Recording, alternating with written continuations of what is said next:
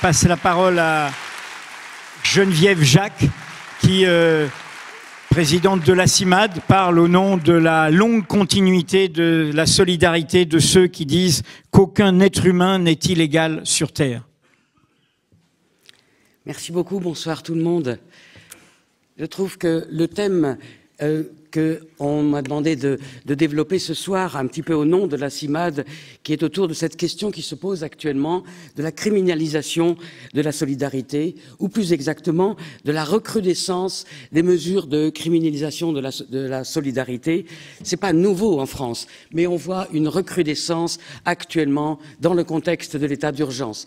Ce qui nous fait dire, nous, à la CIMAD, qu'on est à la fois en colère et solidaire et qu'on veut le dire fortement aujourd'hui.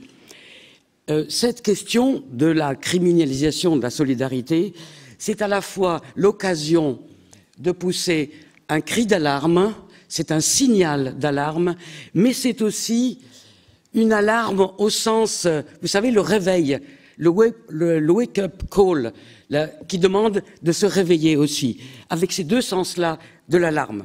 Donc, d'abord, le cri d'alarme, pourquoi ? Parce que dans ce contexte de l'état d'urgence, on a l'impression que cette atmosphère sécuritaire est en train de contaminer les responsables politiques au point de les aveugler en se trompant de cible. Et pour illustrer l'histoire de Cédric, vous savez, ce paysan solidaire de la vallée de la Roya, là à la frontière italienne, pas loin de Vintimille, mais en France, est emblématique de l'acharnement répressif actuel qui s'exerce contre tout un réseau d'aidants solidaires de cette vallée, d'hommes et de femmes qui n'étaient pas spécialement préparés à prendre des risques pour tendre la main à des jeunes Érythréens, Soudanais, perdus dans la montagne et qui essayent de trouver un lieu digne d'asile dans notre pays. Vous connaissez l'histoire, je pense. Il a été condamné, puis le tribunal de grande instance de Nice l'a pratiquement relaxé, mais le parquet a fait appel et il doit passer en jugement le 10 février.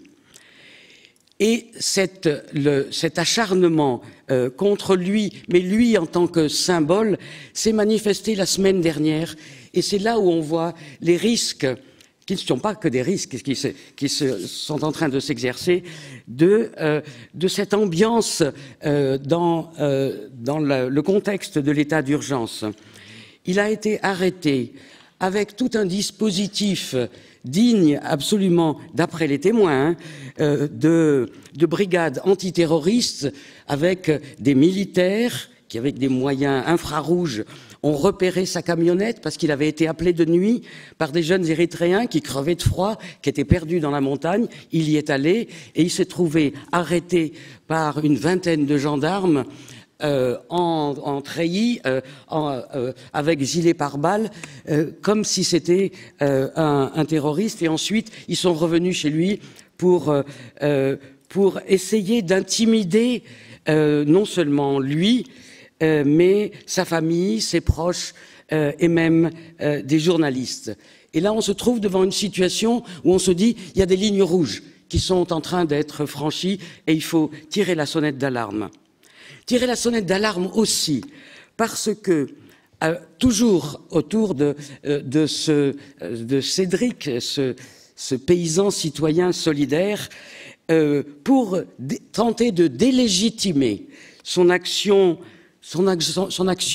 d'homme digne, son action humaniste, on a utilisé le terme de militant politique, comme si être militant politique, ça délégitimait de faire des actions humaines et humanistes.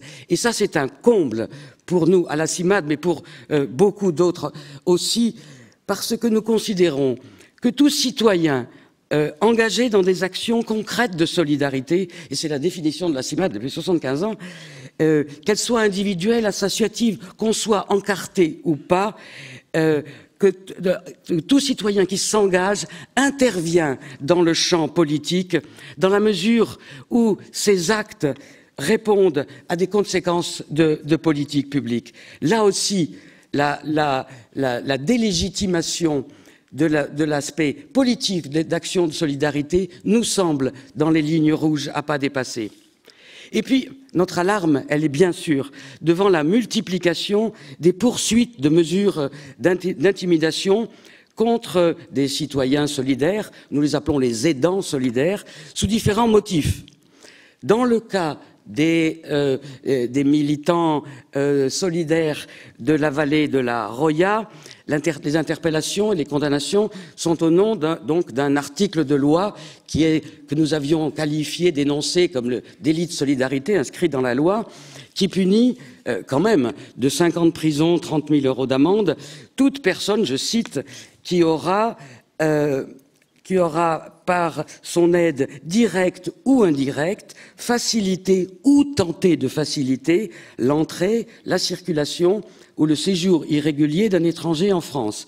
C'est ça le fameux article du délit de solidarité qui a provoqué beaucoup de réactions de mobilisation en 2009 et qui a été atténué au point qu'on a cru que c'était la fin du délit de solidarité par une clause dite humanitaire récemment de 2012 qui exclut de poursuites pénales des aides bénévoles. On reconnaît que cet article vise des trafiquants qui profitent, qui font commerce de la détresse humaine et non pas ceux qui viennent répondre à la détresse humaine. Alors il y a eu cet article qui exclut donc ceux qui apportent des aides bénévoles pour l'hébergement, la nourriture, etc., mais qui ne parle pas de l'aide à la circulation. Et c'est donc là qu'on constate que ce n'est pas la fin du délit de solidarité. Mais en plus, on voit utiliser actuellement d'autres chefs d'accusation qui n'ont rien à voir avec la loi sur l'immigration. D'autres chefs tels que délit d'outrage à agent, délit d'entrave à la circulation d'un aéronef. Vous savez, quand les passagers protestent contre des gens qui arrivent, des étrangers qui arrivent menottés, non-respect de la réglementation de l'urbanisme et de la sécurité des bâtiments. On a opposé ça aussi à Damien Carême parce que les petites maisons en bois étaient pas suffisamment grandes, etc. Et on en arrive à des absurdités qui peuvent devenir des vrais scandales. Et je veux juste citer 2 exemples. Un qui concerne Emmaüs. Le 18 janvier, c'était la semaine dernière, il y a eu une descente de gendarmes très impressionnante, toujours équipés, dans un centre d'Emmaüs à Lamure, en Isère. 3 compagnons ont eu une obligation de quitter le territoire. Mais signe de réveil, et je veux juste citer, parce que c'est dans le sens de la soirée de ce soir, il y a motif à tirer des sonnettes d'alarme, mais il y a aussi à se réjouir que beaucoup de gens se sont réveillés à cause de ces alarmes.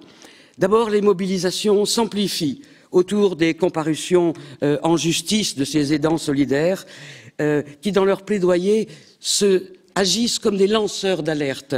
Et c'est entendu. Et il y a un grand nombre de pétitions et de gens qui se sont mobilisés pour se désigner eux-mêmes comme des délinquants solidaires. Peut-être serons-nous tous appelés bientôt à les rejoindre.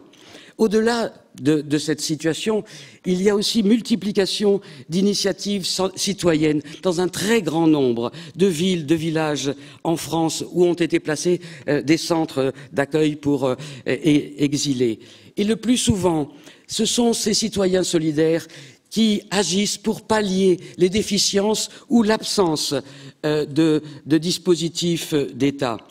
Et c'est la démonstration qu'il existe dans notre société moins de frilosité et plus de générosité que dans nos politiques. Et le réveil, enfin, c'est la prise de conscience qu'il existe des citoyens où la résistance, où la désobéissance civile est légitime. Quand l'application aveugle de la loi a des conséquences inhumaines, c'est légitime de protéger la vie, la dignité et les droits fondamentaux d'autres êtres humains, quelle que soit leur nationalité, leur parcours ou leur statut administratif. Et enfin, ce réveil aussi est un appel à dénoncer le silence devant ce qui se passe aux portes de l'Europe, les drames, les morts en Méditerranée, et peut-être aussi c'est un moment à se rappeler d'autres exodes dramatiques qu'a connu notre pays, les traces qu'ils ont laissées et les traces qu'ils ont laissées dans l'histoire. Et c'est ces moments-là qui, je pense, doivent nous mobiliser tous actuellement. Merci Geneviève Jacques.